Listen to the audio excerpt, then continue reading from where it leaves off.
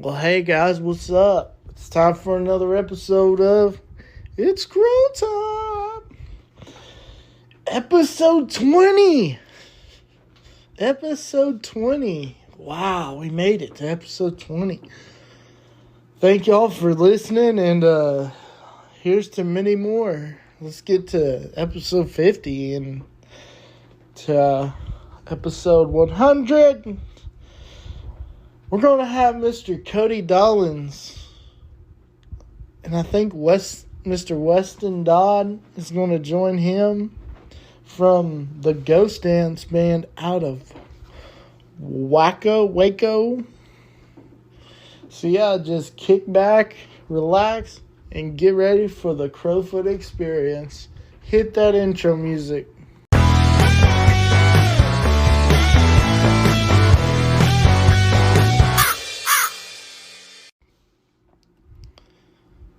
Man, I love hearing that intro music. I hope we serenade you on your drive home this Friday, getting you ready for the weekend. I had to throw the old ham horn in there because it is the weekend.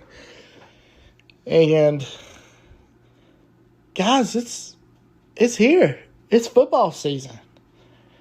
Whether you got high school tonight under the lights on a Friday night, or you got that college on Saturday, and now the NFL is back. Time to go watch them Cowboys right here. And if you're a Cowboys fan, hopefully we have a good year. All right, well, I'm going to shut up because it's time for another segment. What have I been listening to? And y'all, I have been jamming. I jammed to a new one today. Shaker Hims put out a new single, and I've been jamming to that today. Of course, you gotta love them, the Shaker Hims band.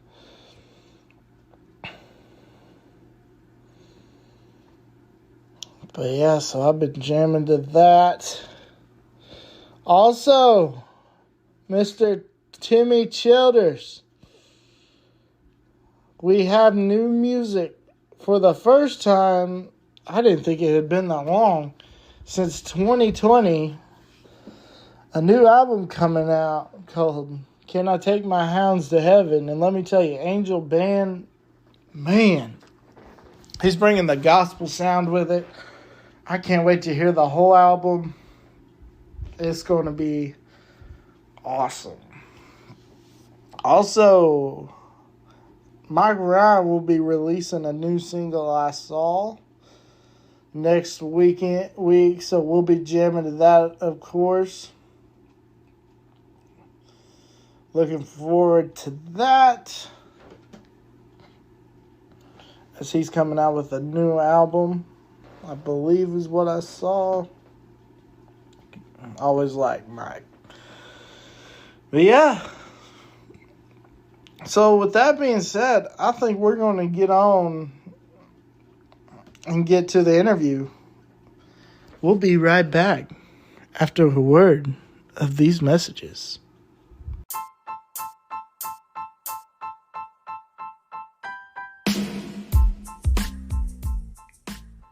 Have you heard of the new company right here in Wichita Falls called What's Up 940? They'll show you the latest deals and steals and the hottest events right here in the Falls. Just go follow them on all social medias at What's Up 940.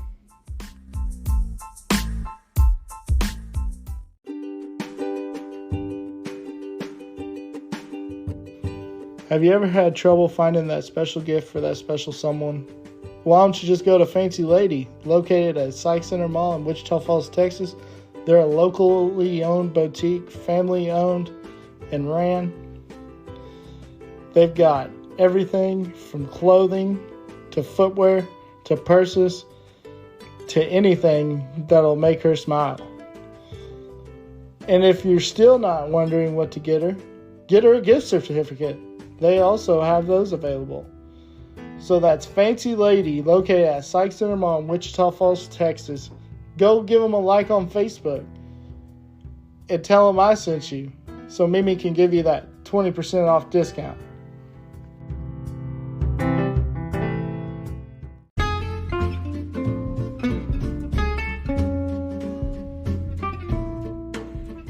Are you looking to buy a new vehicle, or are you just looking to trade in? Well, you need to go see my buddy Mark Ackerson at Prove It Forward. Mark will work with you and get you the best deal possible. He's the reason why I bought 3 of my last 4 vehicles. So you can give him a call either at 940-569-5226 or shoot him an email, mark@proveitforward.com, or just go see the man in person at 912 Shepherd Road in Burke Burnett, Texas. Tell him I sent you.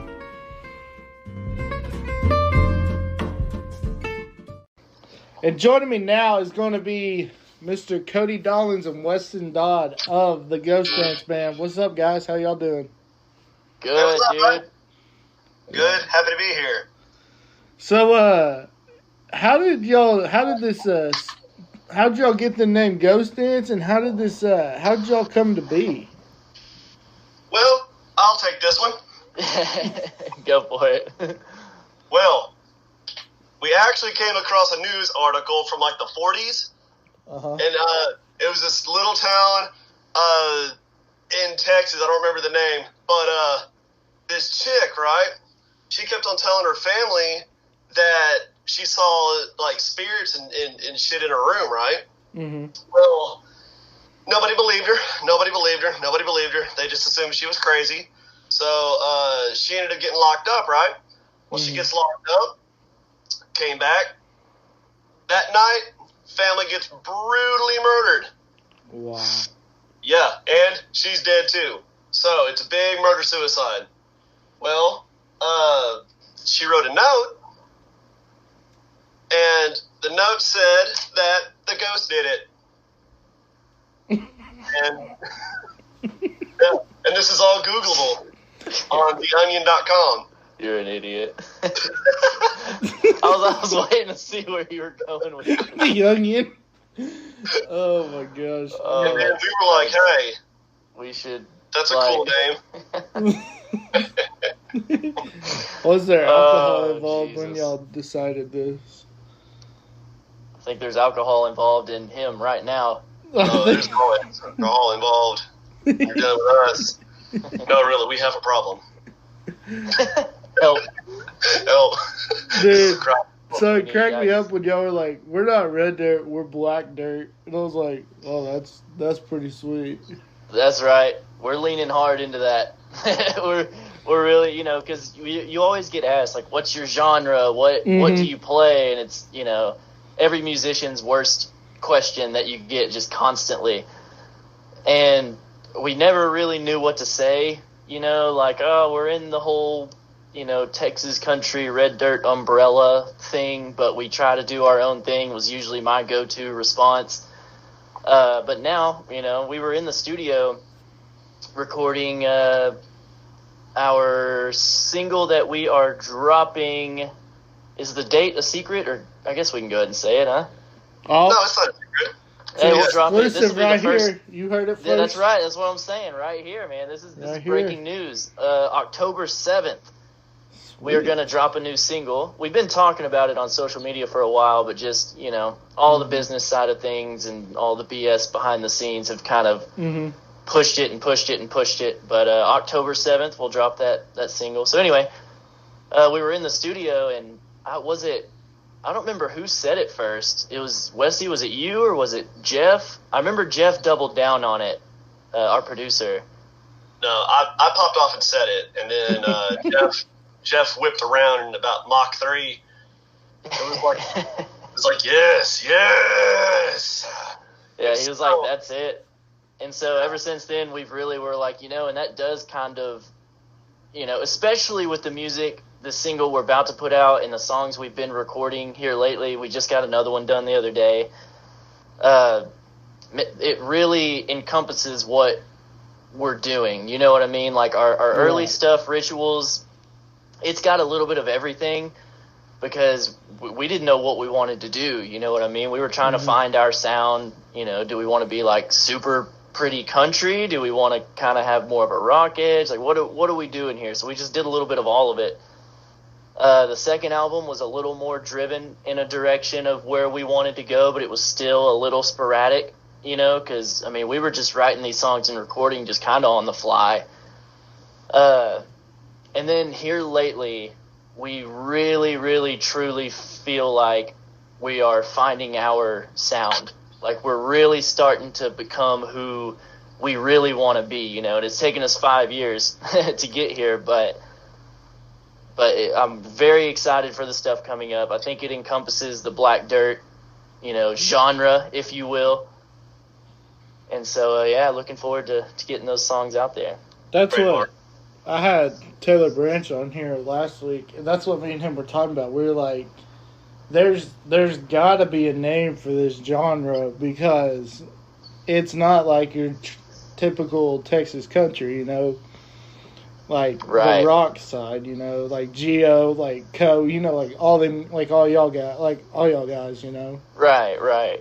Yeah, for sure, man. That's why, you know, that this Texas country umbrella, as I call it, it's so huge. It is because you have honky tonk, you have like a you know, classic country sound, you have the red dirt sound, and then you've got this new, like, you know, all the kids that grew up on 90s and 2000s alternative rock. But we're raised in Texas around country music, and we're getting this really cool mesh of all of that, and I'm really here for it. Like, I love this side of all that stuff, you know what I mean? Like, you know, I think it's fun, I think it makes sense. I think, you know, everybody grew up listening to what they listened to, and it's showing. Yeah, it's cool how, like, nowadays you could flip on the radio and you get like Randy Rogers or something, but the next is like Austin Meade or something that's totally different. It's so cool. For sure. I'm here for it. Yeah. So y'all two are brothers, right? Correct.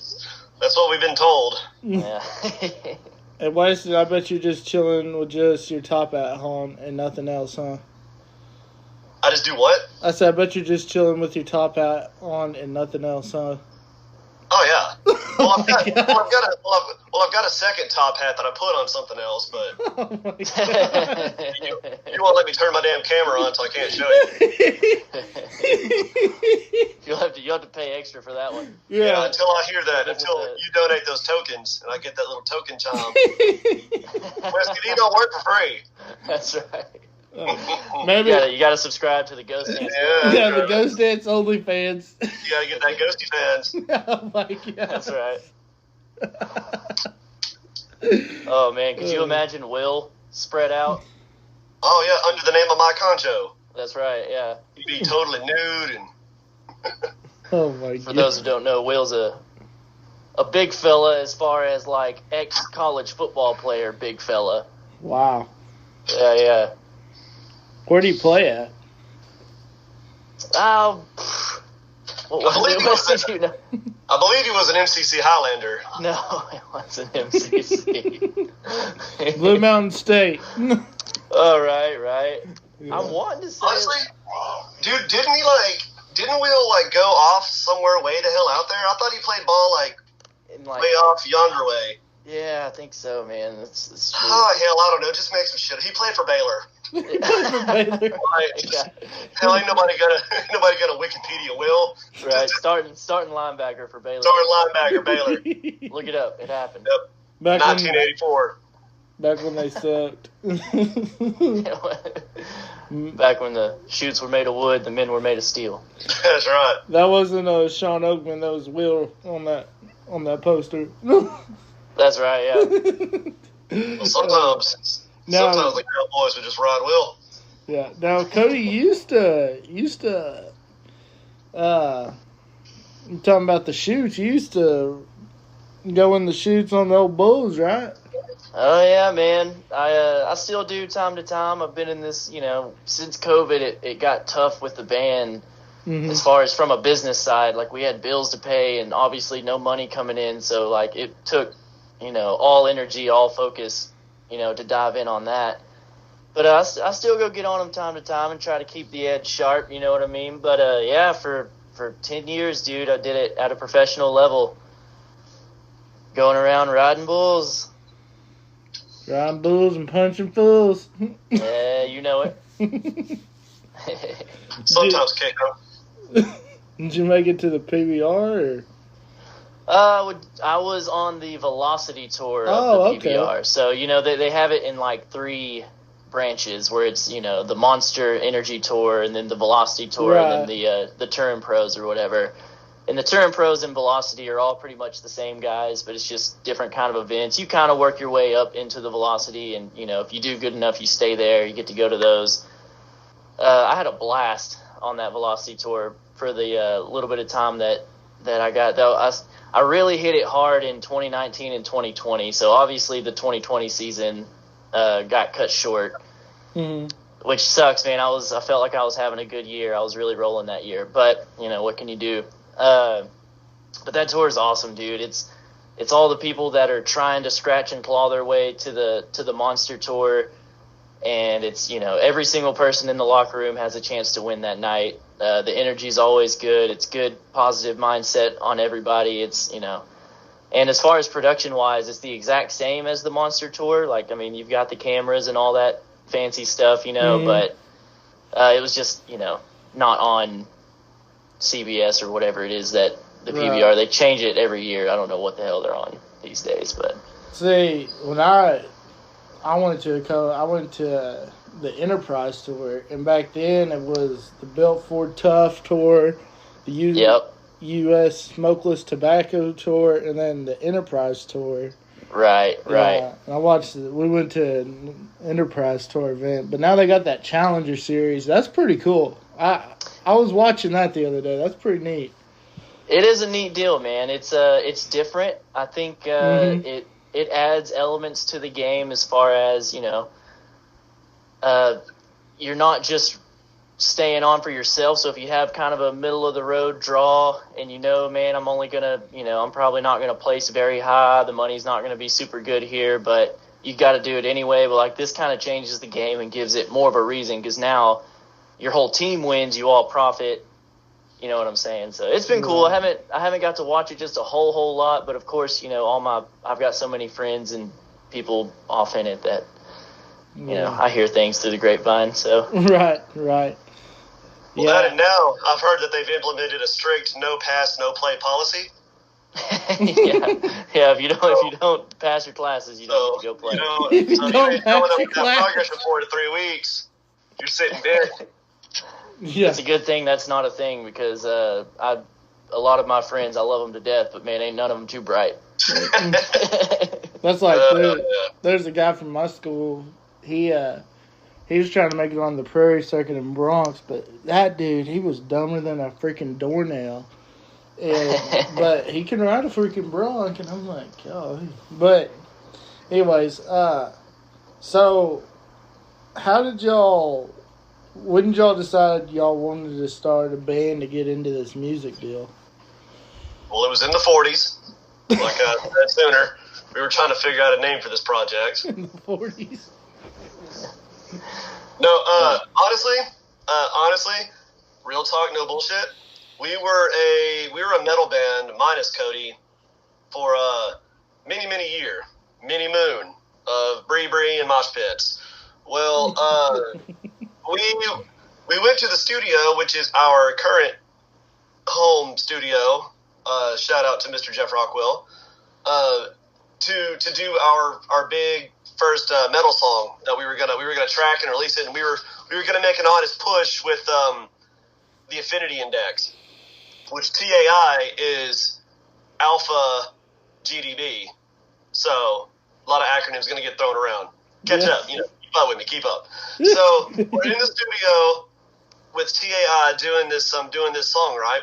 Uh-huh. Well, we had vocalist issues, and the whole thing kind of got kicked off by the wayside. So we got music done, but no vocals. You know, it just wasn't working out. Well, it kind of put us in a spot where we didn't really know what to do, because I had to step in and finish vocals on the metal song, but I'm a guitar player and I don't want to play and sing. And so, but then again, we didn't want to release music with a vocalist that's not the actual vocalist of the band. So the whole thing just got tilted. Well, Cody had asked us if we would mind basically just sitting in as like a studio band so we could do one of his songs. And originally, all he wanted to do was just bucket list, I went and recorded a song, and then he was going to go on with life. Well, we did it. It was the following week. We went in, we laid it down. He was going to do the Justin McBride deal. That's right, yeah. Yeah. And, wait, who's Justin McBride? He's a world champion bull rider. He had a band there for a little bit. He kind of did the same deal, like he might have had an album out or something. I think he had an album out. Yeah, I'd take the world championships, that's for sure. Yeah, somebody's gonna listen to this and be like, "Who's Justin McBride?" Yeah, very true. We're gonna see good to explain that. Burning our T-shirts. Well, anyway, before we get canceled, so we go into the studio the next week. We do Rituals, the title track off of the EP, and the experience alone was so. For me, it was kind of gut wrenching because I have no prior experience creating that style of music. Right. So it's one thing to listen to it on a very shallow surface level and be like, "Oh, country, this shit's easy. Like, what's so hard about it?" But then whenever you're actually kind of on the hook to make it and build it, and it not be some corny, cheesy shit about tractors, we realized, wow, like this is very difficult to do. So we really kind of fell in love with the process of trying something brand new because the whole thing was fresh, and anyways, Cody went in, killed it. Everybody did their job, killed it. A couple of months go by, we get the first mix back and we hear it, and that first playthrough that we got was such an almost spiritual experience for us that we all kind of looked at each other and was like, "Fuck metal, dude. This is what we're doing. Like, this is it. Like this is who we are, and this is because we understood that we had lightning in a bottle, and we've been, the rest kind of writes itself. We've been doing it ever since, but it definitely 1,000% started with that first playback of Rituals in 2017. Or was it 16? 16. Okay, 16 then, yeah. It was it was like in the summer whenever we put out Rituals, so it had to be like kind of early in the year that year. I go on this whole shtick about how memorable of a moment this was, and I don't even know the year. Like, I'll never forget it. Every detail down to the smell of the chair we were sitting in. Well, like I used to hear musicians talk, and it could be about this huge song that they put out, like the one that just made them and defined them and blah, blah, blah. And they're like, what was it like in the studio? And most of the people are always like, I don't really remember, and I was always like, how do you not remember? Like it, because I know you don't realize the song's going to be big until it is or whatever, but you had to have known that it was a good one and, just memories. But after being where we're at even now, it's the same way. Like, I don't know, man. A lot of the times you go in there with clumps of songs and you kind of knock everything out all at once. And you know what I mean? Like, you just kind of go in there and do what you need to do and then go home. And so it all kind of gets jumbled together. You know what I mean? Yeah. But you always remember that feeling, though. You may not. Oh yeah. The date and time and what was the weather like and all that may not stick, obviously. But you never forget. You never forget your first time. Back in the 40s. In the 40s, yeah. We were recording. I was singing into a Coke can. Heck yeah. You know that soggy bottom. Yeah. Yeah, we actually coined that. They ripped us off. We wrote that song for him. We wrote that song. We did. Heck yeah. Yeah. Old Sun Records tried to contact y'all, said, fuck y'all. Yeah, that's right. Oh, also, I guess I should have asked you earlier, man. Am I allowed to cuss on this? Oh, yeah. Well, hell yeah. Well, too late now, man. Yeah. Well, I didn't know if I was going to go back and he was going to put that, like, game show beep. No. Blizzard. No, we're good. We Gucci. Well, you know, the kids, they need to learn. They need to know. That's how grown folk talk. Yeah. Yeah, If you want to make it in the music business, you've got to say fuck. Often and passionately. That's right. Oh, man. Yeah, you got to say it in your songs, too. Yes. You got to incorporate it. We actually, in this song we just got done recording, is the very first, like, I guess, legitimate cuss word we've ever done in a song. I know. Like I've never felt it completely necessary when writing. Right. For the stuff we do, like, I mean, if it happens and it fits, I'll do it. But as far as, like, trying to put it in there, Yeah. I never really, like, you know. And it's kind of the same way with the live show. Like, most of the time when we play, I don't, you know, I mean, a lot of places we play are all ages, so that's Right. always my rule, is if it's an all ages show, keep it pretty, you know, you can still put on a great show without, you know. Right. You don't want a Longview balloon race incident happening. Yeah. But, yeah, this will be the first one. We drop a GD in there. So, yeah. I mean, Perfect Night kind of had it, but I, like, filtered it. Because, I mean, and it worked out because for radio reasons, we wouldn't have been able to play that song. And it was, you know, the second one that we pushed to radio or whatever that did all right for us, so. So, where are y'all based out of Waco, or? Sorta. Me and Cody were born here. James, I think, was born here. I mean, he's in Abbott, but isn't Abbott still Waco? It's close enough. I mean, to me, until you get into Hillsboro, it's all Waco. Right.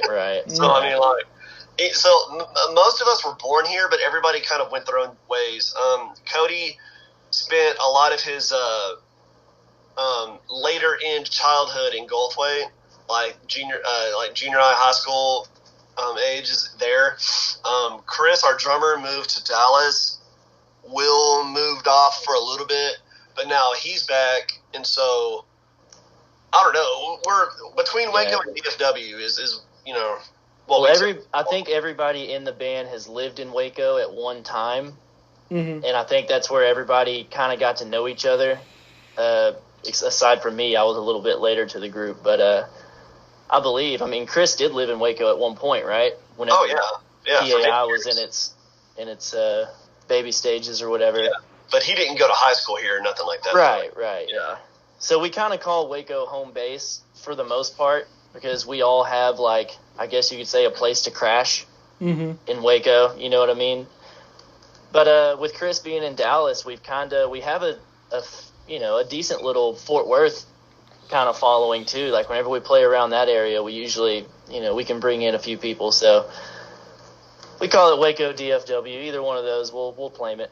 Texas. We're just Texas. That's all that matters. That's right. Yeah. That's like, it's crazy because I had Taylor Branch and Lone Star Ramblers on here last week, so 2 Waco bands back to back. That's it, man. Yup. Man, and the stuff coming out of like Waco and Central Texas, it's crazy. It's pretty cool. Like there's some good music, man. That's I didn't know that Charlie Crockett was from Waco. Is he? We were looking that up the other day because his album name, right, has his tour. It's like Waco Kid or something like that. The Man from Waco or something. Yeah, right. But I'm curious. I don't know because we looked it up and it didn't say he was born in Waco. He might have spent time in Waco. He's not a or real it might Waco in Waco-y. Right? No, the man was born in San Benito, Texas. Oh, he's got it. Oh, I'm on that wiki. I don't fuck around. This is a real podcast. Heck got yeah. the guy on the computer, you know what I'm saying? Heck Always looking yeah. there. They all have one. Joe Jamie. Rogan, Hey, Jamie. we're coming for you. Yeah, watch out, buddy. Oh, goodness. So, who's the older brother? Well, only by your human Earth years am I the older brother. Cody acts far more mature and grown up than I do. But, I mean, if you want to get down to brass tacks, I am technically. I was put on the Earth first. He was, yes. So, Weston, how'd you get into music? Well, me and Cody's mom is pretty much a hippie. Like, she's a straight up moonchild. So Moonchild. So I was in what I call the good times before Cody was born. I was always surrounded by music. My mom was always playing records or playing the radio up loud. I mean,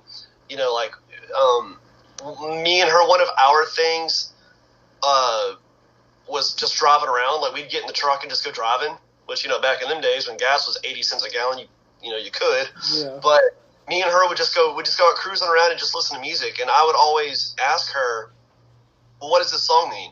What does this song mean? What does this song mean? So my mom really is who kind of instilled the story aspect of music, where not everybody relates to songs like that. Some of them just see it as abstract, but right. So my love for music definitely came from my mom. But in the brief stint that the old sperm donor stuck around, he was a phenomenal R&B like blues guitar player. Like, dickhead could fucking jam. Mm-hmm. So whenever I was coming up, like 5, 6, whatever, he would always take me to like the beer joints. Like, dude, I can't tell you how many Saturday nights I spent like next to the where the band sets up in like Tokyo Store. Mm-hmm. I mean, back in like the bimbo days. So the performance aspect of it came from him, because although they were small time, just a little weekend dad band, I was always very much enthralled by the vibe and the mood and the smell of those old smoky ass bars and mm-hmm. just the atmosphere, and everybody having such a good time and dancing and so it was, for me, it was totally both of my parents. I never really cared about any other instrument. Like, I pretty much gravitated to the guitar and knew right then, like, yeah, this is my path. This is what I want to do. So for Cody, I don't know, man. Cody's probably got a more interesting story, since how he didn't really come from a musical background. No, I mean, mine's not really too interesting at all, to be honest. I for the most part, as far as started playing guitar and stuff, I just thought it would be a cool party trick. I was like, hey, I could, whenever somebody busts one out at a campfire party situation, I can sit there, I'll play one, I'll hand it back, and there you go. Yeah, look at me, I'm cool. And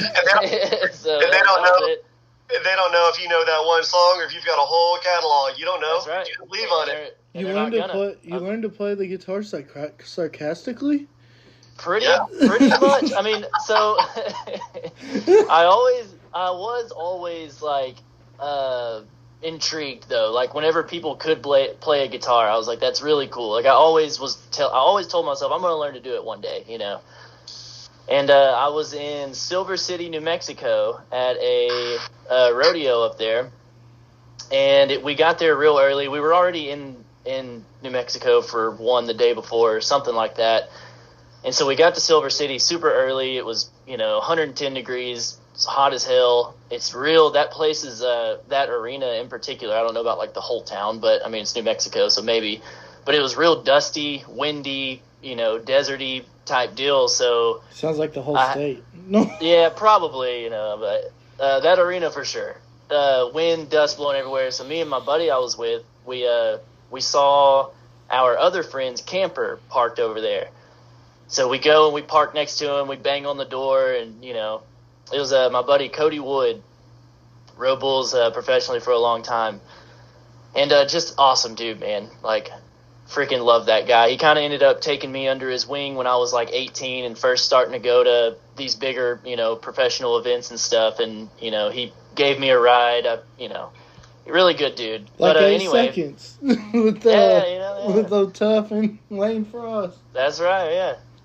And we didn't, minus the world championship and the other part, RIP Lane. Yeah. But always. Anyway, so we hop in the back of Cody's camper, and he always played guitar. He was one of those dudes always have one around, you know what I mean? And so he's, sure enough, we're sitting there, he grabs it, he starts strumming around. And I tell him, I'm going to learn. He was like, all right, well, here. Hands it to me, and me and my other buddy, too, he taught both of us a G chord, how to play a G chord. Put your fingers here, strum. Oh, yep, hear how that sounds terrible? It's because you're doing this, blah, blah, blah. We got that clean sound out of it, and that was like the first time where I made, a guitar make a noise that made sense. Mm-hmm. And I just locked it in my brain. We went, no telling how long it was from that point until we actually came back home that summer. But came back home, and I acquired somehow, I think from Mom, this like super shitty black guitar. I don't even remember what it was, nothing like that, but the whole entire neck had been broken off of it at one point. Good Lord. And it was like freaking epoxied back together. So like this thing was a hunk of junk, dude. And I didn't even realize how big of a hunk of junk at the moment, you know what I mean? I just grabbed it and I was like, okay, guitar. And so I'm teaching myself, I'm going over that chord, and then, I figure out, if I just move these two fingers down a string each, I can play another chord. And then, if I do this, I can play a D. So I kind of figured out like 3 chords, right? And I started strumming through those, getting that figured out. Well, on this guitar, you have to squeeze the ever-living hell out of this thing, like, to get the sound out of it, because the strings are like 2 inches up off the neck. Right, yeah. So like you have to Lord. You just have to freaking mash. But I don't know any better because I don't know. You know what I'm saying? I've never dealt with guitars, so I'm just like. And everybody always says their fingers hurt, right? Mm-hmm. So I'm like, God, dude, my fingers are killing me. And everybody's like, yep, welcome to it, buddy. Yeah, your fingers hurt, don't they? And then later on, looking back, I'm like, no freaking wonder my fingers hurt, man. Like I was having to just put a freaking bear grip on that thing, dude. And the first time I got like an actual like decent guitar, like went into Guitar Center and sat down, it was like magic. I was like, oh my God. I was like, I'm actually like okay at playing this thing because I can just lay my fingers right here and the sound comes out. Like I don't have to mash on it, and that's when I was like, oh, I have a really shitty guitar. But so that was how I learned to play guitar. And then from there, I learned a song. Very first one was Off the Record by Aaron Watson. And I went to Guitar Tabs, looked up, A minor, didn't know how to play it, went to YouTube, looked up how to play an A minor, said, okay, cool, that's easy enough, next chord, whatever it was, I don't know, Siege, whatever. And I just went chord by chord on that song and learned those chords and how to play it, and then eventually how to play it and sing it. And then from there, it's like, okay, well, I can play this one now. Might as well learn another one. And then same deal. If I saw a chord I didn't recognize, I just went and looked it up and just pieced it all together, man. And then wrote my first song. Was actually in Cheyenne, Wyoming at the rodeo there. And had a shitty weekend. Had one I should have stayed on for sure that threw me off, that I was just super pissed off. Like the whole summer had been kind of shitty. Like, I had a blast, but money wise and rodeo wise, it wasn't very good at all. And just like, I remember walking straight from the back of the chutes. I packed my shit up real fast, didn't talk to nobody, just went back to where our camper was, and I sat in the passenger seat of the truck, and I was just sitting there just thinking, and like a couple lines hit my head, and I put them down in my phone. And then I kind of sat there and like I really just kind of pieced together my first one really quickly, and it's nothing special, but just wrote words that rhymed and put 4 chords over it and called it a day. And that's where it started, man. I sent that video to a few people of that song, and of course, friends being friends, they were all nice and probably said it was cooler than it really was, and it gave me enough confidence to kind of keep going with it. So that's kind of how the whole musical journey started. But really, my first memories of music was coming home from school every day, every day I'd get off the bus, I'd walk into the house, and my brother, who's, he's like 8 years older than I am, so he'd already be out of school because high school back then was cool and you could get out early apparently, and that wasn't a thing in my day. But anyway, so he'd be at home. Every day I'd open the door and I'd hear that amp in his room just going. You know what I mean? And he'd be playing that's what got me into metal music too. Like I'd hear him play a System of a Down song or freaking Lamb of God, or you name it. He was in there playing it, man. And I would just go and I'd sit in his room on the bed and just, we didn't have cell phones even, so I would just lay there and listen. Oh. Yeah, that was where it was like, well, really shaped my. I was going. Yeah, every day, dude, just playing that freaking guitar all the time. Yep, oh my God. And looking back, it was a Fender, it was an Eric Clapton, Blackie Stratocaster, American Stratocaster. A guitar that is not made for metal at all. No. It didn't want to metal, but I made it metal. That's right. And I think I had like a really shitty like Boss like X2 or G2 like processor pedal where like it just had like an up and a down button, and it would have like preset like settings, and it would be like hard rocker. Yeah. And I'm like, oh yeah, that hard rocker sounds good on this System of a Down song, boy. It's like, oh man. But hello, Waco. Yeah. Where'd y'all go to school at? I went to Bosqueville. Okay. I went to Bosqueville through 7th grade, and then 8th grade through high school I went to Goldthwaite. Have you played on that back porch in Bosqueville? They do for the Hell no. Hell no. Not only damn ones. What's funny is that hold on one second guys, 1 second. Oh, hellfire. Oh goodness. Yeah. Here at Ghost Dance Band, we are the face of professionalism. Yeah. It's what we do. we don't play for kids. Damn kids just get off the school bus and they bust in, they don't knock, and kids ain't got no damn manners, no respect. So that's it. Oh my God. All right, sorry about that. So, what were we talking about? The back porch. Yeah. Well, I can kind of talk about this, but I kind of can't talk about it. But we just haven't been invited. We have not been invited. So yeah, it's all good. It's it's just we're hoping to get there. My daughter goes to Bosqueville, and your daughter goes to Bosqueville. Yeah. Wow. So she's like, oh yeah, like this so-and-so came to the back porch, and I was like, oh yeah, and the funny thing about it is that we've played with like 90% of the people that go there. Right. So Alexi's met so many people. Oh yeah. And she'll be like, oh, my dad played with y'all. Do you remember? And and so the guy, the coach running it isn't 100%. I guess on board with that, so it kind of got where like Alexi would get like removed from the class. Wow. Yeah, and she gave the guy a CD, but apparently she's all it sat on the desk for 3 months. So we had our little foot soldier out there. Yes. Well, see, so one time Zach was playing in Waco. I forgot where he was playing at. Well, I just saw it, and I just hit that coach up, and yeah, I had gotten his schedule, but then he backed out at the last moment.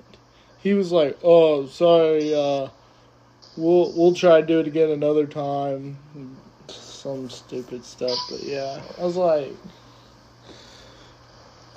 yeah, it's because they're not, Randy Rogers. Who's your brothers played there, didn't they? I believe so. And then those guys are really, really finding their stride right now, man. They're out there kicking ass. Yeah. I mean, they're on that upper level for sure. I talked to Jeff about coming on here, and they're like, "Yeah, man. Whenever we find time, we will and stuff." And yeah, they're badass. They're They're killing it. For sure, man. We're trying to get a backyard backyard show with them. That way, it would be an all Waco bill. You know what I mean? Hell yeah, that'd be cool. That'd be pretty cool. Even throw another one on there. Hell, there's plenty. There's good music around these parts, man. Yeah. And now they have to because we said it on the internet. Right. Hey, nobody listens to this. Hey, we feel that on a band level. Right.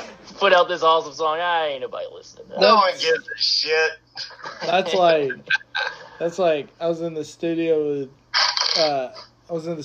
Zach this past when they were recording their EP, and they recorded this one song, and they're like fucking hyped for it and everything, and I'm like it sucks because they put out their first single. Well, now they're gonna put this one out, and I hope they do get lists, because that's the bad thing about this. If you don't have a name, nobody's gonna give a shit, and it's stupid because there's good music out there. Yeah, man. Well, the way the internet seems to work is, you put the internet blows somebody up, everybody hops on, because first of all, it's getting put in front of you. But if everybody else is about it, then, so can I be. And it's just the way things are. Nothing wrong with it. That's the struggle of being a small band, man. And especially, one trying to play original music everywhere is, right. You have to really go, and I mean, it's a grind, dude. Like it's hard. There's nothing easy about it, know, and it not only takes all the hard work and dedication and all that, cliche stuff, but I mean, again, to stay cliche, it takes luck, Well, luck, when you put yourself in the position to get lucky, you get lucky. You know what I mean? So, working hard and luck go hand in hand, but it does take all of it, man. Yeah. Well, you have to find a way to separate yourself from the masses. I mean, and to speak on our behalf, that's one reason why I'm really glad that outside of Cody, none of us really listen to any Texas music. Right.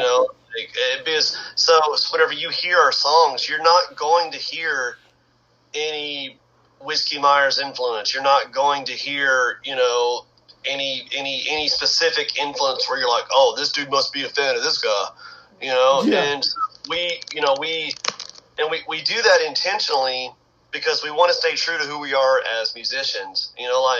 Like if I put on boots and spurs and a big ass cowboy hat and I'm out there twank-a-danking on a Telecaster, anyone who knows me would be like, that is the most disingenuous, like, that is not the real Weston. Like, what is happening?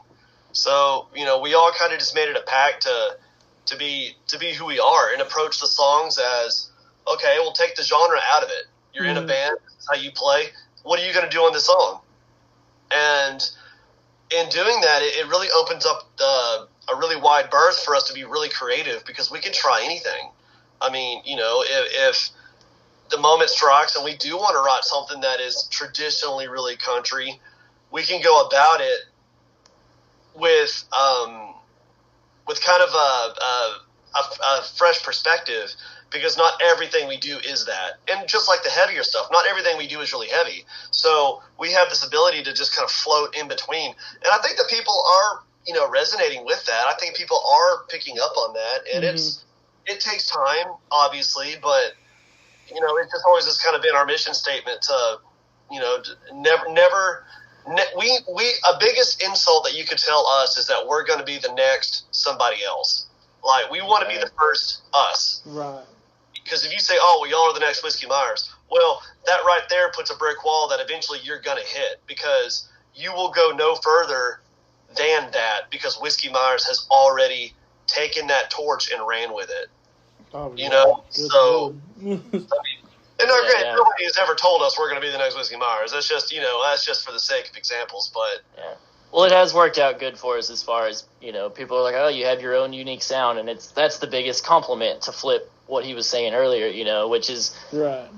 Is what we go for, we try to make our own sound. And whenever we were, first doing all this, when I asked these guys to help out, I liked that they were metal musicians who didn't have that influence, and I wanted it to show. And although, there was that learning curve of everybody, myself included, I was just barely even writing songs or anything at that point, But for them to learn how to play in this style, I think that's also partly in our first album. I mean, that was everybody learning. You know what I mean? Like, it wasn't just known. Like, it was, those studio days sometimes were brutal. Our producer would just get pissed because, they're used to playing so fast and in this style. And then you flip the script completely, But to go back to our music that we have coming out, I think it's finally coming full circle that, I wanted those little metal elements put on top of, the songs that I would bring to the table or something like that. Because really when you break down our songs, if I play them all acoustically, it's nothing, it's nothing outside of the ordinary of a lot of different stuff. But by the time you add on the layers of what these guys bring to the table behind it, it makes it sound like something totally different, Like, for example, the one we just recorded that, we'll release it, I don't know, sometime next year. But we don't have another drop date for you, one's enough on this show. One's enough. But when I wrote the song, it was one I've been toying with for a long time, and I finally just I had the chorus done, and finally the right thing for the verse just came out one day, and so, but my fear was, I was like, man, this is kind of like turnpikey, you know what I mean? Like it's got a turnpike feel to it, and I don't want to write a turnpike song. Like, I don't want it to come out sounding like, oh, that sounds like a Turnpike Troubadour song or a Shane Smith song or something like that. So, but I mean, sure enough, I presented the song to the guys, and by the time they all, put their own chops on top of it, man, it became something totally different. And I think it's perfect. I love the way it came out. It encompasses the sound we're trying to find. It's, like I said, man, these next two songs we're about to drop are like finally really what we're trying to be. Like we've found it. Now we just have to keep going with it, Yeah. It leaves us in this weird spot on Spotify because we found our brand and we found our image and we found our sound, but those songs aren't on Spotify yet. So sometimes, like, our promo video, it's always weird because, like, we have this, it's one of our, it's not heavy, but it's one of our heavier songs, I guess you would say. And, it shows us jamming out and rocking, and we've got the whole image. The video's great. It's perfect. Shout out Trevor Lamb. But Trevor Lamb's a badass. Yeah, man, for sure. But, we had a comment the other day that's like, yeah, like I saw this, and then I went and looked you guys up, and it's kind of like, it's not all like this. Like, y'all have songs like this, and I had to kind of go in and explain, like, yeah, dude, we're in this, I wouldn't call it a transition period. We're not really changing anything. We've just finally... Evolution. Yeah, we've been doing it 5 years now together for mostly the same members, a few different bass players, but everybody else the same, and it's just finally falling into place, and it's the thing we're going to have moving forward, so that's kind of an annoying thing with us right now, for me personally, is like, I wish I could go and drag our Spotify songs around to where the ones we're really trying to push would be the ones at the top, as compared to some of them. There's some cool ones up there, but yeah. But everything has its purpose and everything has its place. And there's nothing that I would change about the Rituals EP, only because there was so much, like, if we've ever written something out of just, like, love, it would be that. We really were just open to anything, and we were experimenting with everything, and, and we were actually... we would hold each other back by really like our own insecurities. Like, we thought, well, maybe we're not allowed to put like heavy guitar in this, or maybe we're not allowed to do this. So, I mean, we were very, very vulnerable when writing those songs, and lyrically and melodically, I think that they're still just fantastic, but we just kind of woke up one day and we're like, boys, we want more. We want to push further and harder. And so the jump between eerie and rituals is so drastic. But if you get past sonically the guitar tone and all that, lyrically, every song we've ever written could be on one album. I mean, Cody writes in a very metaphorical manner and tells stories in almost every song. And whenever, and as a catalog, really the only thing that's changing is music. I mean, lyrically, he's had the same approach then that he does now. And it starts with just a couple of lines, and we're all really, really good at, because Cody hasn't written like word for word every song. Like Will might have a line that sparks an idea, or I might have a line that sparks an idea, or Cody might send one of us a chunk of something, and then everybody kind of jumps on and builds off of that. But collectively, I think we've lyrically always known exactly who we are and where we are. And I just think that the music needed to catch up with the vision. Because it's one thing, for us to be like, oh, we want to headbang, we want to jump around, we want to do that. But then, you get on like a Texas country festival, and, we look around and no one is doing these things. And we're like, well, I mean, are we going to get booed and beer bottles thrown at us if we do this? But ultimately, we just kind of threw our middle fingers up and said, you know what? I mean, if this is our journey, we're gonna ride it the way we want to ride it. And I'm very happy with where we are now, Yeah. And with the way this whole scene is going, the headbanging and stuff is, we were trying to do it, I want to say, like, before it kind of became a thing, but apparently there was other people doing the same thing at the same time we were, you know what I mean? Which is totally cool, because now this scene, the same people that go watch, a Flatland Calvary show, Mm-hmm. and all of its prettiness and singy-songy type stuff, now can go to, an Austin Meade show or a Co Wetzel show and, throw the horns in the air and headbang and have fun in that way too, and it's all the same people, which is one of the beautiful things of this Texas music scene. You know what I'm saying? It's got a fan base that's down to hear stuff out and to kind of find some different things and, go from two-step into headbanging. You couldn't put that any more better, going from two-step into headbanging. That might be the quote of the day right there. There you go, man. Yeah. And it is. Need to get that on a shirt. Next shirt. Two-stepping and headbanging, dude. Yeah. There you go. Make it a shirt. Podcast shirt right there. You do it or we'll steal it. I was gonna say, y'all do it on y'all could do it on y'all's merch. That'd be pretty sweet. So, do y'all? Who does y'all's merch? You mean in terms of designing or like actual printing and pressing? Like pressing. I was just wondering if y'all used old Jack Schrader.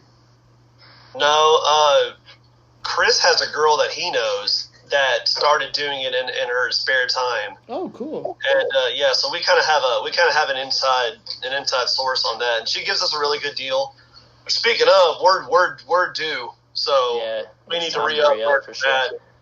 I think every batch of merch we've ever put out has been somebody different at this point. I think but I think we're gonna go back to the girl that did the last set, because she did a really good job. So anywho, the girl who did our merch this last go around, we'll probably go back to her because she did a good job on them. Sweet. And where can do y'all have a website up yet for merch, or? Yeah, we've had the merch, which is kind of sad that you asked that, because we've had this website for fucking years and years. Yeah, we I'm not going to spell it out for you. theghostdanceband.com, and there's a merch tab, and then all of our merch is on that. Oh yeah. Yeah, so we have the ability to ship and all that online. So our online store. Now, granted, what you want may not be available because we've been hit pretty hard recently. Right. So we need to re-up, but yeah, people have always been able to go online and buy our stuff through the website. And but the best way to do it, obviously, is come to a show. Well, yes. Well, But if yeah, you live, gotta come come see to it. the show. if you live in Nome, Alaska, like, don't. No, Alaska. Nope. You buy that plane ticket. Come see us. Yeah, there you you buy go. that. At the backyard in Waco. The hard backyard sell. in Waco. Yeah, playing the back porch that morning for the kids, and then we're playing the backyard. Yep. That's right. You said nobody listens to this, and in my mind, I was like, I bet the only one who does is going to be the damn coach at the back porch. Yeah, right. Hell, I only talked to him one time. Oh my god. Oh, I like man. to. But yeah, dude, we to do some plugs while we're in that mode. Spotify, iTunes, anywhere you can stream music, just under Ghost Dance Band.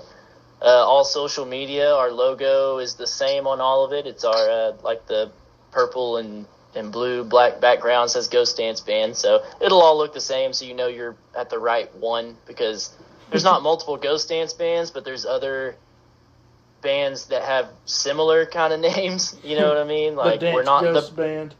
Yeah, well, we're not the band Ghost, who Yeah. is way more successful than we are. You know, respect, they're awesome. But, you know, that's not us. The band Dance Ghost. Yeah, right? Yeah. Dance band Ghost. Ghost Yeah. band dance. So, you said that you got the show at Putters and Gutters this week. What else do y'all got coming up? We've got a show September's in... really busy. Do what Yeah. now? I said our September is pretty booked up. Yeah, it looks good, for sure. I'm getting it pulled up so I can get the for sure dates correct here. I know where we're going to be and what weekends, but might as well say it the correct way here. So yeah, we've got Lampasas at Putters and Gutters. We're opening for Lowdown Drifters tomorrow, which is September 10th. Saturday, September 17th would be the next one. That's in Denison on Lake Texoma. It's a Tiny Home Vacations is the place. And but I've looked it up. It's got a really cool stage. It looks like a really cool little like resort type thing. So if you're going to be in the Denison area, come check us out there. September 30th, we're in Brownfield, Texas. That's up in the Lubbock area. They have their annual Terry County Harvest Festival, and they reached out to us, and we're grateful that they did. So we're going to go play that show for them. And then other than that, man, the next thing will be, or the next big notable thing is I'm going to shout out my homie Dustin Brown here. And he puts on a festival called In a Jam down by the river, and it's in New Braunfels every year. It's October 13th through the 17th, so it's a full weekend. Man, it's a really cool deal. It's got every band that's in this local scene around Central Texas and even, you know, other parts of Texas. Everybody comes together for one big weekend. You know, there's a main stage, there's an acoustic stage, and there's a campfire stage, and then there's the actual campfire stuff that goes down after. It's kind of like Larry Joe Taylor whenever it was first being born. You know, it's that kind of feel. It's not even so much just about the big concert during, you know, throughout the day and all night, but after that, you know, when everybody gets together around one big fire and we, you know, go in a big circle and everybody sings songs that we're working on and just goofs around. And man, every time we've went, it's an absolute blast. All the bands usually donate their money right back into the project so that the next year we can make it bigger and better. So I would highly suggest if anybody has that weekend free, come check that out, because it's something magical, man. It's different, you know, it's a whole different kind of feel. So looking forward to that one. That whole area down there, we went one time, he had an acoustic show at Koozies, and just that place right there, that was really cool. How it was on the river. Yeah, for sure, man. Yeah. And that festival is at Mountain Breeze Campground. So it's right off River Road. You know, it's right there by everything. So sweet, man, sweet. Yeah. So I guess the way that I found out about y'all is that night y'all played at the old Silver Dollar. which is no longer with us, unfortunately. When Zach opened for y'all. And then me and my wife, Katie, we went to the food truck festival that next day, and it was, I bet y'all remember, it was when it was hotter than hell outside. Oh, dude, was it in Graham? In Graham, yeah. So we saw y'all and dude. stuff. Yeah. The hottest damn show I have ever played to date. Oh, that was that one? Yeah. Yeah. Oh, my God. And for those who were not there, the stage was an aluminum box. Yeah. That had, obviously, the front of it out so you could see us. But other than that, it was an aluminum box. And the breeze was at our back. And there was no ventilation, so we weren't catching any of the breeze. And the sun was at our face. So it was just cooking us in that freaking thing, man. And not only that, we left that show immediately and drove over to San Angelo and played another show that night. And it was, oh, man, Westy, you almost died. Oh, yeah. I got a case of the dehydration, Coach. And it was not nice. It was not pretty. I was in pretty bad shape.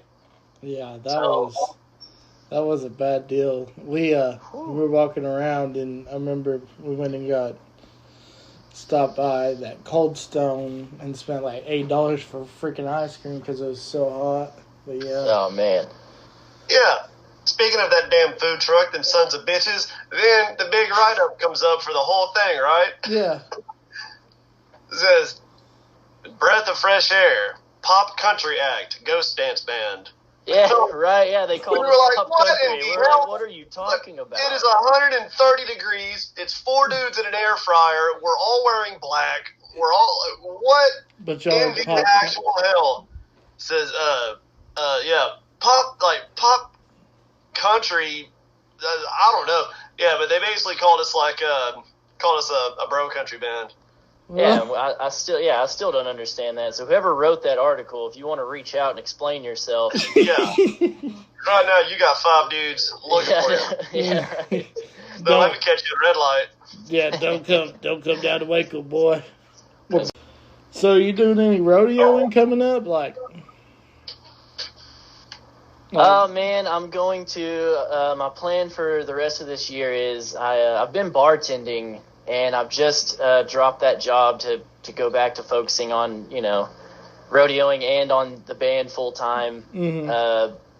But that being said, like I said, I've, just been going here and there. So I'm gonna drop by my buddy's house pretty often coming up here and get on a bunch of practice and really get back in the groove of it. Get the body back hardened up. And then the plan is to stay next year. I'll spend the summer around Texas going to some stuff. There's an association here, the CPRA and the UPRA. Oh, yeah. I'm going to hit those. I'm going to, if by the end of that year I fared as well as I think I should, then the next year I may buy the pro cards back and try to get back after it. But I'm going to give myself a year of, really getting back in the groove and taking it, It's a juggling act, man. It's been hard because as the band gains traction, obviously that's weekends, and rodeos are on weekends. Right. So it's been a juggling act. I was doing it really well there for a bit, and since COVID, it's been kind of a tougher deal. But I'm just gonna get back to it, man. It ain't nothing I can't do. So plan on hitting it a lot harder next year than I have the past year or so. Yeah, I did. I rode a mechanical bull a couple times, and the last time I tried, I was at we were at the stockyards this year, and this is the first time I tried since my high school days when I was back skinny and in shape. And golly, it about killed me just getting on that thing. But I was That's what she said. Hey, Bazinga. But yeah, man. Maybe you'll get in that Challenger Series and you can just, because I think they're mostly in Fort Worth. Yeah, they're doing a lot at the Coliseum there. They just started that thing up, so yeah. I'm sure I'll be peeking my head in and out of there. It's hard not to end up at the stockyards. It's just in the backyard, you know what I mean? I got you. So, funny story about that song. So, I was with another buddy, and they were playing at Filthy's, and I was hammered, and I remember this girl texted me, and she was like, "Come see me at PR." And I said, "Where are you?" She said, "PR's," and I was like, "Where the fuck is that?" So I walked all over down them streets, and I thought I was lost. I was like, "Where's Filthy's? Where's this?" And then I looked up, and there it was, PR's right there. I was just say it's just right down the road there. Hell, Right. they're all so close to each other. You can't get too far from any of them. But when you're two wild ass Indians into it, you Three know, sheets to the wind. Yeah. Yeah, I mean, We've all done that stockyard stumble. You know Oh, what I'm yeah. saying? Where you tripping over the cobblestones, and I've been there too many times myself. That place has kicked my ass. I think maybe 4 of the top 5 most drunk I've ever been has been in the stockyards every time. well, I mean, yeah, and they're all right there, you know. And it's always just such a good time, you know? Oh yeah, Pretty good time. We I try went- to stay away these days. yeah. We went and saw we were down there for my birthday, and we made it just in time for the last set of our buddies of Cody Hibbard. We went and saw them at, it used to be Whiskey Girl, but they turned it into Rhinestone Saloon. That's a pretty cool place. The Whiskey Girl, I thought, got turned into Stampede Saloon. Oh, well, But maybe unless they've changed it again, they might have which is changed it possible. again, because Yeah. I just heard that's what it used to be. But yeah, it was really cool in there, and yeah. Yeah, man. Have y'all played that Stockyard scene? We played when it was Stampede Saloon. We played there. We actually met our sound guy Jody there. Oh yeah. Yeah. We became good buddies after that. He ran sound for us once. We had a tour coming up. We asked him if he wanted to hop along with us. He said yes, and yeah, we've been homies ever since. The rest is history. But we're trying to get back out there, man. A lot of those places want, kind of country cover band type stuff, it feels. We really want to get a show at Filthy's, man. That place looks awesome, and oh, dude, I haven't been able to get a hold of who I need to get a hold of to get in there, but we're going to make that happen here pretty soon for sure. if you talk to Coda, and even hit Zach up about be like, hey man, can we come open for you or something, just get your name in the door. Oh, for sure. But yeah, dude, Filthy's, I was about to say, you're talking about covers, I was like, well, Filthy's is different. Yeah, dude, that's where all, your rock. Right. Yeah, Filthy's is where we need to be for sure. The black dirt genre is That's down right. there. And it's a really cool That's right. place, too. And, dude, no matter who's playing, there's always a crowd because there's always people coming in there and stuff because they got cheap beer and shit. But, yeah, Filthy's is where it's at. I mean, then you can go get you some Jello shots at Thirsty Armadillo. I think it's called, what is it? It's not Thirsty Armadillo anymore. It's, what is it called? The Lone Star Armadillo or something. They changed the name of it. It's right next to it. But yeah. Hell yeah. Hopefully we'll get a Filthy show lined up soon. You can come hang out with us, man. Hell yeah, I'll definitely be Let's there. make it happen. I think we're going there in October, I think it's October 15th or so. I think he's playing down there. I think we're going to go. It's always a good time in the stockyards, dude. Oh yeah, man. I joke with him. I'm like, I gotta go to fucking Cadillacs before anything and get me a fucking wild ass Indian. That's it. Dude, it took me freaking. So this was the first one I had this year in 4 years, and I kept telling my wife, I was like, we gotta go get a wild ass Indian. She's like, what is it? I said, you'd like it. And then we finally got one. She's like, oh my gosh, this is good. I was like, yeah, and you get to keep the cup too. Right. Yeah, but yeah, it was awesome to finally get one because I'd been wanting one for, like I said, 4 years. I hadn't had one. But yeah. Hell yeah, man. Well, shoot, dude. It's been fun. Thanks for having us on, man. We'll No have problem. Thank y'all for we'll have to do it again sometime. hopping on. Yeah, maybe next time we'll have old Westy turn on his camera and get some more views or something, you know. Yeah, I don't know if you want that view, but you know, maybe. Oh, you want it. Oh my gosh. Oh, you want it. I'm going to give it to you. I know what the people like. I know what they want. He might be starting up a Ghost Dance OnlyFans. Right. Well, you know, I guess to wrap this up, you know, since we're talking about the sexualities of things, GDB has an official Pornhub account. Oh, Jesus. We do. We do. We do. We really I don't do. think there ain't shit on it, but we got Yeah, there ain't shit on it, but it's there. I mean, you can technically follow us on Pornhub. We're gonna drop our music videos on there from here on out. Hey, that's an idea, dude. Like, seriously. You got to think about that. No, we're serious. we're doing it. You know, I joke about that. Like, when people are like, you can go get their music on, you know, LimeWire, Pornhub. But yeah, y'all actually got a porn. It's not a joke. Yeah. Yeah, we have our icon up and everything. But I figured the way to go about it is like, you know, have like Chris playing a drum video, and it's like, you know, it's like middle-aged bear beats hard wood. Like giving everything like a dirty name to entice people. Right. And then it's just him playing the drums. And then like, yeah. Oh, that's great. Shit. That's funny. You might have to get Trevor in on that. It's like what's the bass scale? I don't know. What's the length of the bass scale of James's bass? How long is the neck on the bass?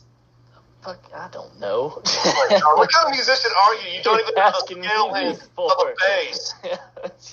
Let me get my tape measure real quick and figure it Oh out. my God.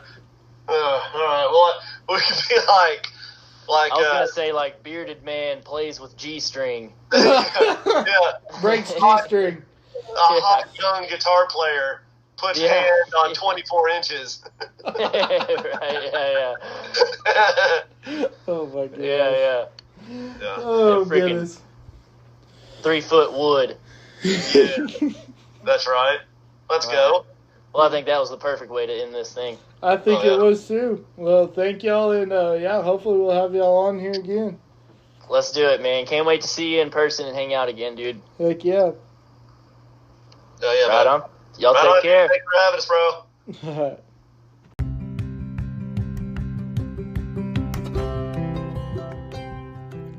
Let's face it, these days, the best way to get that advertisement out is either shirts, hats, or stickers.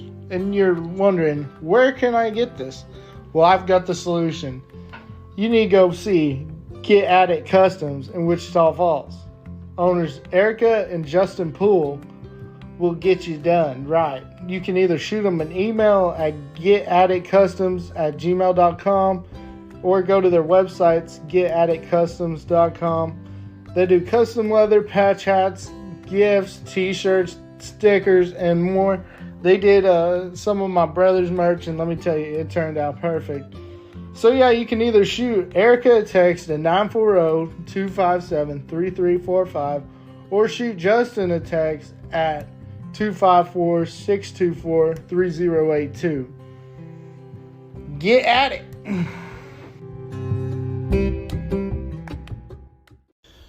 Them guys, man, it's always a good time. It's been a while, but it's always a good time when I sit down and talk to Cody and Weston. Those guys are crazy. They're hilarious. And if you're in that area, go see them tomorrow night. Opening for the Lone Town Drifters down at Putters and Gutters in Lampasas. You can take your kids. Putters and Gutters, they have it all, folks. They have arcade games. They have bowling, putt-putt, you name it. And for you adults, they also have a full bar. So yeah, go take those kiddos and go listen to great live music and go play some games. But yeah, so also go stream their music, man. They got some great tunes out. Can't wait to hear that new single coming out in October. Looking forward to that. Special shout out to those guys. Go give them a like on Facebook, Instagram. Oh, and go find their account on and give them a follow on the hub. But I think that's going to do it for another episode of It's Crow Time. Want to thank y'all as always for listening. And if you liked what you heard for the first time, if this is your first time listening, tell a friend. Even if you didn't like it, tell a friend. I don't care. As long as you get the word out there. And we'll see you back here, right here, on It's Crow Time. See ya.